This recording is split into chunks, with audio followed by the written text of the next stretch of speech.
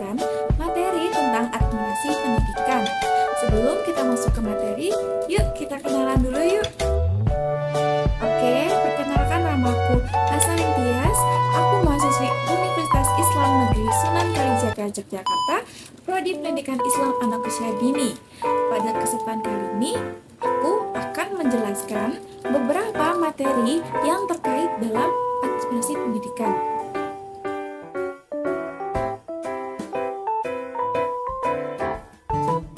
Sebelum kita memasuki materi pembelajaran, di sini aku akan menjelaskan terlebih dahulu 5 bagian terpenting yang ada pada administrasi pendidikan.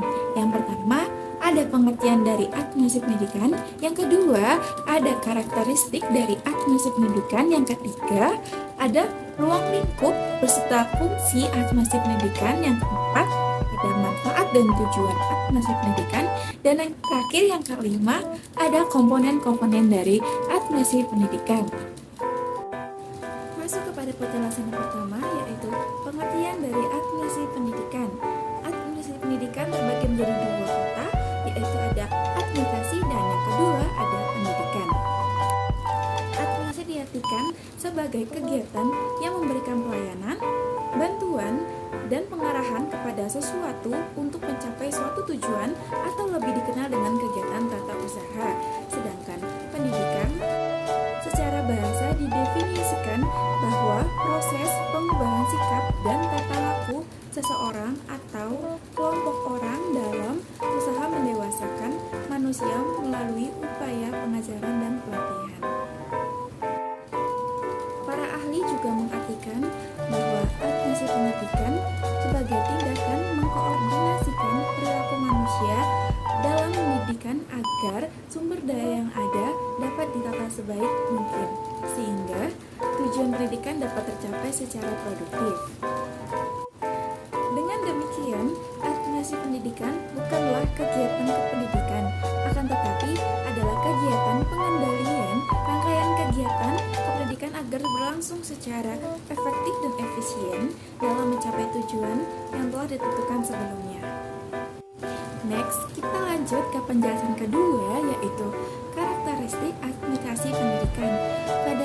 Pada karakteristik administrasi pendidikan ada 8 kelompok yang perlu kita pahami, yaitu yang pertama, administrasi pendidikan meliputi semua kegiatan yang berkenaan dengan tujuan memperbaiki proses pendidikan.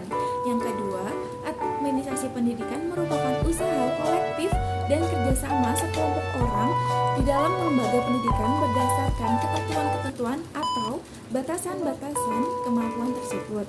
Yang ketiga, administrasi pendidikan merupakan proses kemanusiaan yang bertujuan agar terpenuhi keinginan dan kebutuhan manusia dalam rangka memperbaiki kehidupan manusia melalui perubahan manusia yang bersangkutan.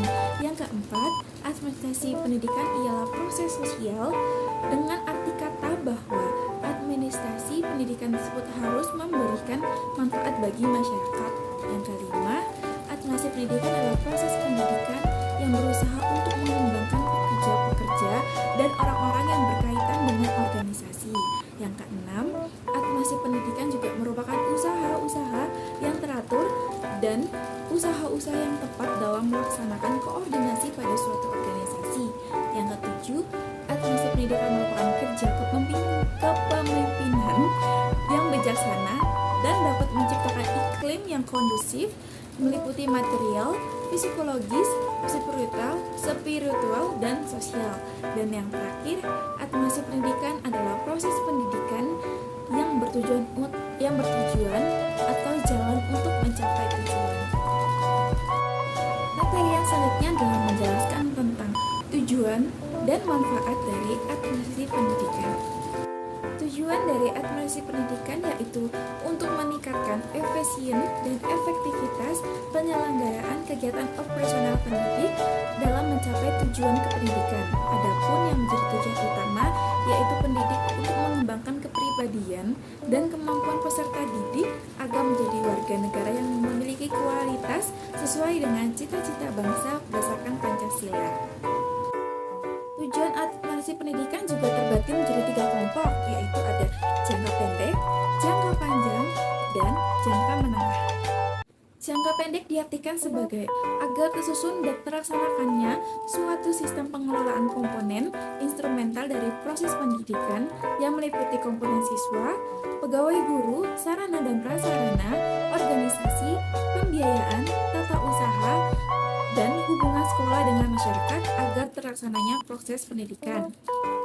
Sedangkan jangka menengah, administrasi pendidikan mengarah kepada pencapaian tujuan institusional setiap jenis dan jenjang serta program pendidikan. Dan yang terakhir, jangka panjang adalah tujuan yang diarahkan untuk mencapai tujuan pendidikan, dan tujuan jangka panjang administrasi pendidikan adalah tujuan yang diarahkan untuk mencapai tujuan pendidikan nasional. Manfaat dari administrasi pendidikan sendiri yaitu yang pertama, dapat mengetahui dan menyadari akan tugas-tugas dan kewenangan yang mesti dipikunya serta mengetahui bagaimana cara-cara melaksanakan tugas-tugas dan kewenangan masing-masing. Yang kedua, dapat menghindarkan kesalahan-kesalahan kerja atau overlapping kerja atau tugas. Yang ketiga, mengetahui bagaimana melaksanakan suatu kegiatan kependidikan dalam rangka mencapai tujuan pendidikan supaya tercapai efektif dan secara tepat. Yang keempat, mengetahui batas-batas hak dan kewajiban masing-masing tenaga pendidikan. Penjelasan yang keempat yaitu menjelaskan ruang lingkup beserta fungsi dari administrasi pendidikan. Ruang lingkup administrasi pendidikan sangat luas, meliputi sekalian usaha, proses tindakan penyelenggaraan, pelayanan, bimbingan, pengaturan, dan mengasihi semua personal yang terlibat dalam kegiatan administrasi, termasuk pula masalah kepemimpinan, bagaimana sikap dan sifat seseorang pemimpin yang dikehendaki dalam pendidikan, tipe-tipe kepemimpinan nama yang sesuai, syarat-syarat apa yang diperlukan sebagai seorang pemimpin yang baik. Ruang lingkup administrasi pendidikan juga meliputi bidang-bidang kegiatan seperti manajemen administrasi dan manajemen operatif yang memiliki tujuan untuk mengarahkan dan membina semua orang untuk bekerja sama dalam mengerjakan hal-hal yang tepat sesuai tujuan dan mengerjakan sesuai beban masing-masing dengan benar dan tepat. Menurut para ahli, ruang lingkup administrasi pendidikan dikelompokkan menjadi 7 kelompok. Yang pertama, administrasi tata laksana sekolah. Yang kedua, administrasi guru dan pegawai sekolah. Yang ketiga, administrasi guru atau siswa. Yang keempat, administrasi supervisor atau pengajaran. Yang kelima, administrasi pelaksanaan dan pembinaan kurikulum. Yang keenam, administrasi perencanaan dan pendirian bangunan sekolah. Dan yang terakhir, administrasi hubungan sekolah dan masyarakat. Penjelasan selanjutnya yaitu fungsi dari administrasi pendidikan.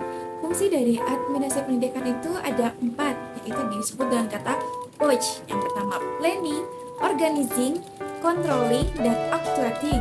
Pengertian yang pertama yaitu perencanaan atau planning. Perencanaan merupakan kegiatan awal yang harus dilakukan dan juga merupakan persiapan dalam kegiatan administrasi dan dianggapnya secara mutlak bagi setiap organisasi atau lembaga, bagi perorang maupun kelompok. Dan yang kedua yaitu perorganisasian atau organizing. Organizing adalah aktivitas penyusunan, pembentukan hubungan kerja antara orang-orang atau organ-organ sehingga terwujudnya suatu kesatuan usaha dalam mencapai tujuan yang telah ditetapkan atau penyusunan bagi bagian-bagian yang terpisah sehingga menjadi suatu kesatuan dan tindakan untuk mencapai tujuan tersebut. Yang ketiga yaitu pergerakan atau actuation. Menggerakkan orang-orang dalam organisasi agar mau bekerja dengan penuh kesadaran secara bersama-sama mencapai tujuan yang diharapkan. Yang keempat yaitu pengawasan atau controlling.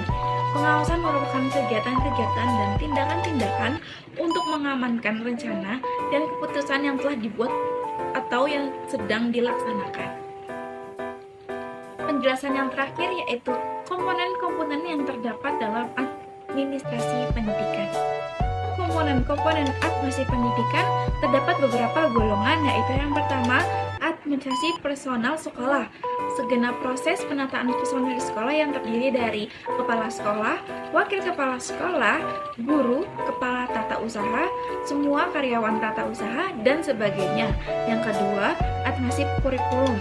Segala pengalaman yang diberikan sekolah untuk memupuk perkembangan anak-anak dengan jalan menciptakan situasi belajar mengajar.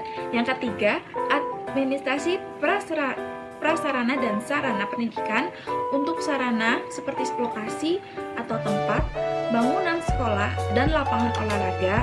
Sedangkan untuk sarana merupakan alat langsung untuk mencapai tujuan pendidikan seperti ruang, buku, perpustakaan, laboratorium, dan sebagainya. Yang keempat, administrasi siswa seperti OSIS dengan tujuan untuk melatih kepemimpinan murid dan memberikan wahana bagi murid untuk melakukan kegiatan-kegiatan kurikuler yang sesuai dalam hubungan sekolah dengan masyarakat, yaitu anak dan murid. Yang kedua, surat-surat atau selebaran dan buletin sekolah. Yang ketiga, media massa. Yang keempat, pertemuan informal. Yang keempat, laporan kemajuan murid. Yang kelima, kontak formal.